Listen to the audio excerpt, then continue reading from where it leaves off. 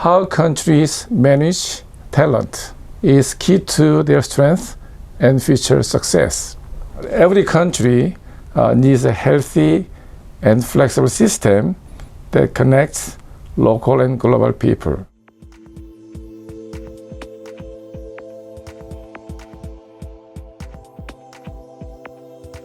I always had an interest in studying the rise of Asia-Pacific powers. Today, three of them, China, Japan, and India, they are in the top 5 in terms of total GDP in the world. And Australia, while smaller, ranks very high in wealth per capita. This has made me ask how they were able to achieve developmental success despite many differences in culture, history, institutions, and policies. So the main idea of this book is that how countries manage talent, how they develop, attract, retain, and connect skilled people is key to their strength and future success. The talent is now a kind of global power. I call these 4 countries talent giants, not because of their size, but because they each have a very strong and unique talent strategy that was crucial to national development. So this book introduces something I call talent portfolio theory. This idea compares a country's talent strategy to how investor builds a financial portfolio.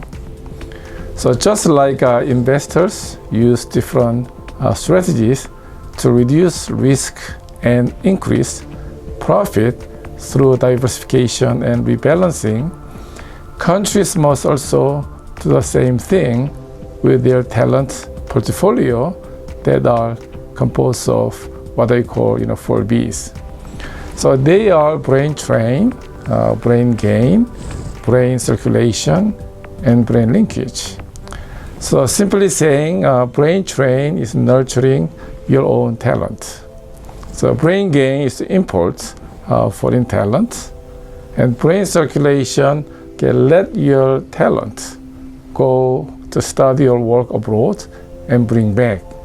And brain linkage, you don't have to bring back, but then you engage the diaspora community for your national development. So this framework, I believe, offers a new way of thinking about Asia-Pacific development.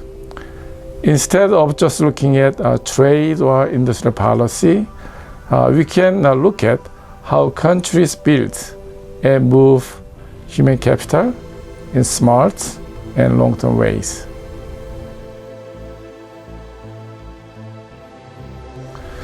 So in my book, I showed that each country adopts a different approach to talent development with different focus. For example, for Japan, they focus on nurturing their homegrown talent.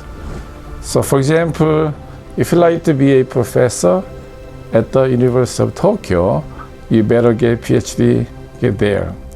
PhD from Stanford doesn't count that much. Australia is almost opposite. In the country, foreign talent is very, very important. China, India, initially I thought they were very similar because both countries had a huge brain drain. But then, in the end, China was able to bring back their talent for national development.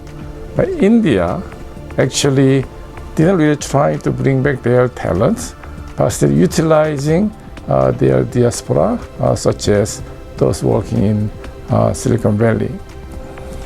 So I think the main lesson is this.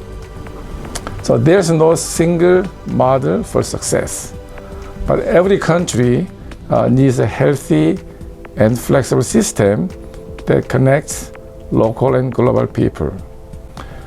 Countries should not fear losing their talent abroad. Instead, they should find ways to turn that into developmental assets, like China and India have done very well. So my study in this book warns that the US could lose its advantage in global talent that will hurt the economy. Under the current Trump administration, the rhetoric and policy of anti-immigration, pressures on universities, and cuts to research funding sent negative signals worldwide. In today's competition with China, talent is a key issue. The US has been a leader in technological innovation because it has welcomed skilled people from around the world, including myself. The success of Silicon Valley is a key example. Immigrants have not just filled jobs. They have created a new industry and helped both US and their home countries likewise. So if the US makes it harder for talent to come in and stay, it risks hurting its own long-term success.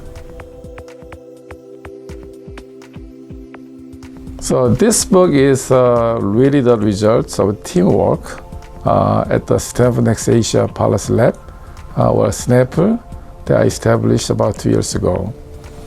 So in our lab, we do research on key issues and policies that will shape Asia's future. There are 4 research tracks: talent and development, and nationalism and racism, US-Asia relations, and democratic crisis and reform. So this is the outcome of the first research track, and we have faculty, postdocs, and many students are working as a team for the lab. So in a sense, our lab illustrates all 4 Bs, because some of them are Americans, born and trained in this country. Some people came from Asia, kind of brain gain. And some of them, after working with us, return to their home country, like brain circulation. But others stay, just like myself, promoting linkage and connection between home and host country. So their ideas and global viewpoints added a lot to the book. So in many ways, this project shows what is possible when we invest in talent and encourage international collaboration.